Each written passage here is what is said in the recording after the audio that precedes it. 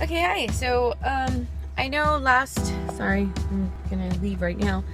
I know that last video I was kind of getting into the whole ending of my marriage kind of spiel, but I didn't really get into it because, for some reason this one lets me do 10 minutes at a time, and I ramble a lot.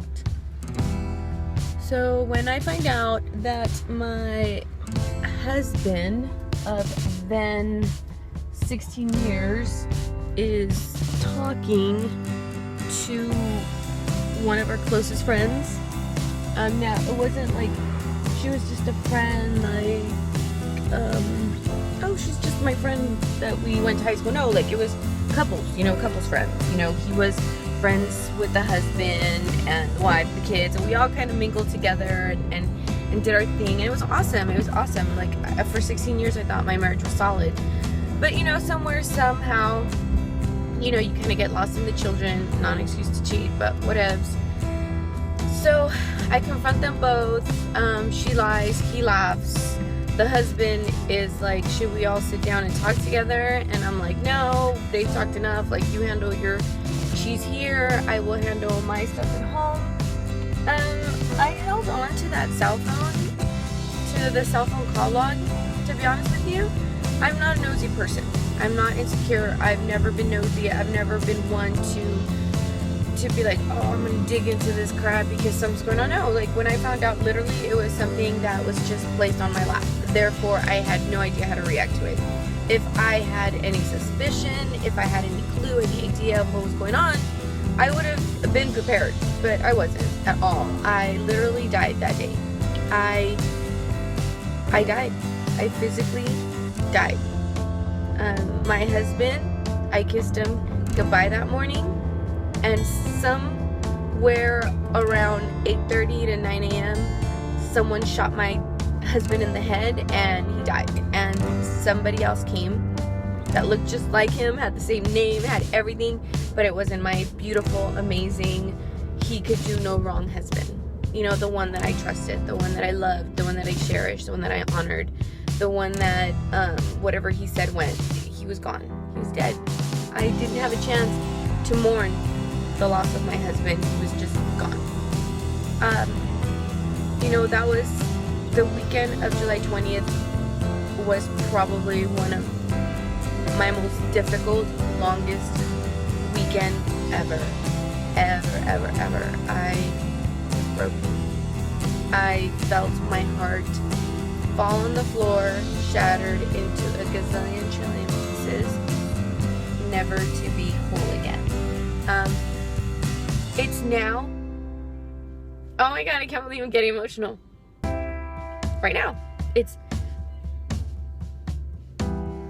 finally whole again, and I'm not crying because it was broken. I'm crying because it's whole again. I have an amazing boyfriend who has somehow, some way made me believe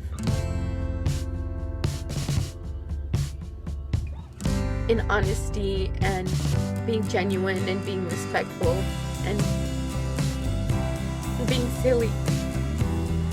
Wow, this is not happening.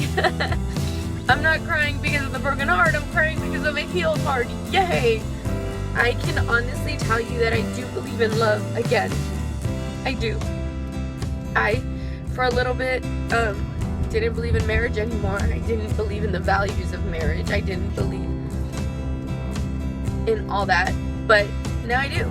Because of this amazing man that has walked in my life and has taught me that it's okay to be silly. It's okay to have fun. It's okay to say how you feel, and as long as it's genuine and pure, you're good. I can honestly say that I am in love with my boyfriend. I can say that. I love my boyfriend. But most importantly, I really, really, really like my boyfriend. Like, I like him. I can go to bed at the end of the night and say, I like you. I like you.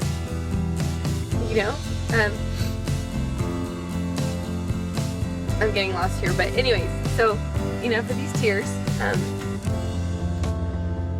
So I kept that bill, and I kept looking at the call log, and I noticed not only calls to my friend Marcela, but a lot of phone calls to Mexico. My husband was from Mexico. He's from Jalisco.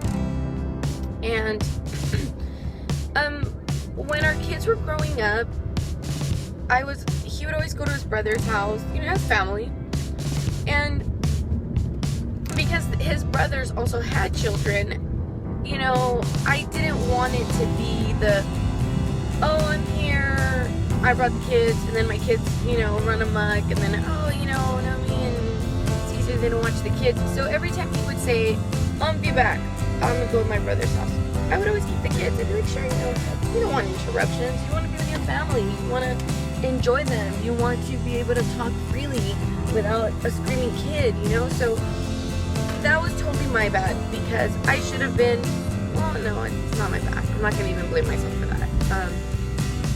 I was always a firm believer that when grown-ups need their grown-up time, give it to them.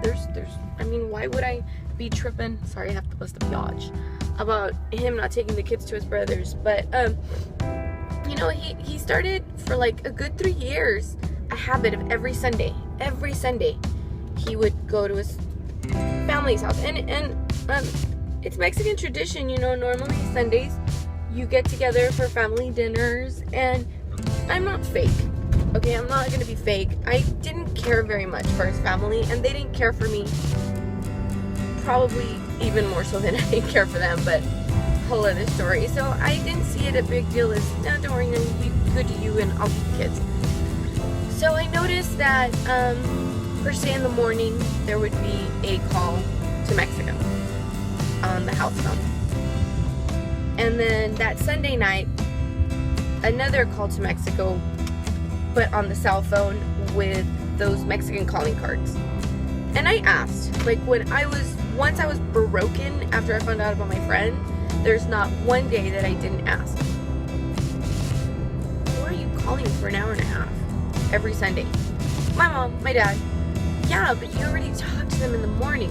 Yeah, but the brothers and I, we kind of got together and then we decided to call them again. Kind of made sense to me. But there was something in my heart that was, there's more to this story. That there's a lot more to this story than anything. When I would ask about my friend, I would get stupid answers like, well, what do you want me to do? I already did it.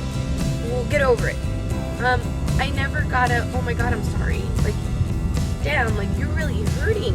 I really hurt your feelings. It was none of that. It was no compassion whatsoever to see me falling apart. So a whole year and a half goes by after I find out about my friend, to where I think we're working on our marriage. I am a little bit more controlling. I became where are you going?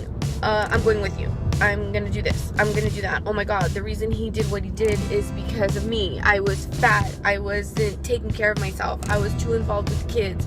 Oh my God, I was too this. Everything that he did, I blamed myself for it. I lost all this weight. I battled a horrible eating disorder. I lost so much weight. I looked sick.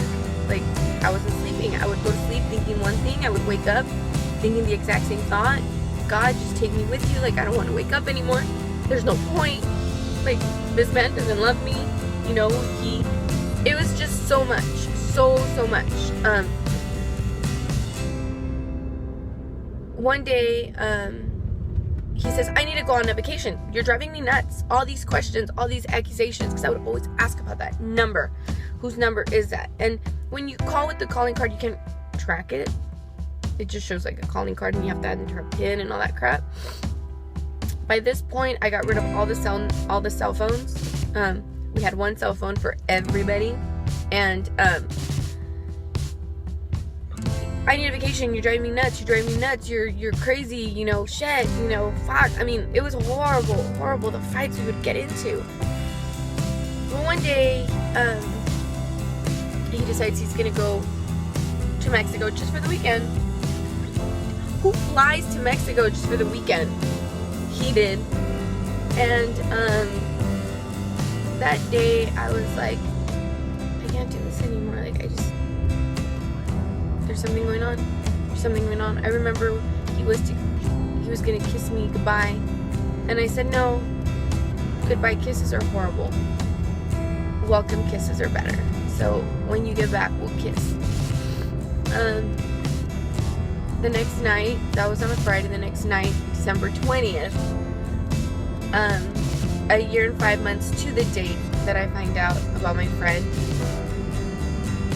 My son is looking for something. He's crying, and he's like, Daniel was about, he was 16 years old. He said, Mom, you need to go with your gas. I was like, what did you break? I go in there, and there's 3 cell phones. There's Viagra, Levitra, condoms, pictures, Valentine's Day cards, anniversary cards, CDs of a girl in Mexico that he'd been dating for 3 years. Believe it or not, I wasn't broken. I felt relief. I was relieved. My suspicions were true. He was now the biggest liar that ever existed. He was in Mexico. He called me. It was so hard for me not to say anything because I was afraid. If I confront him now, he's not going to get on that plane. He's going to stay over there. He's not going to get on that plane, and I'm screwed. Because at this point, I still believed in my marriage. Totally still believed in my marriage.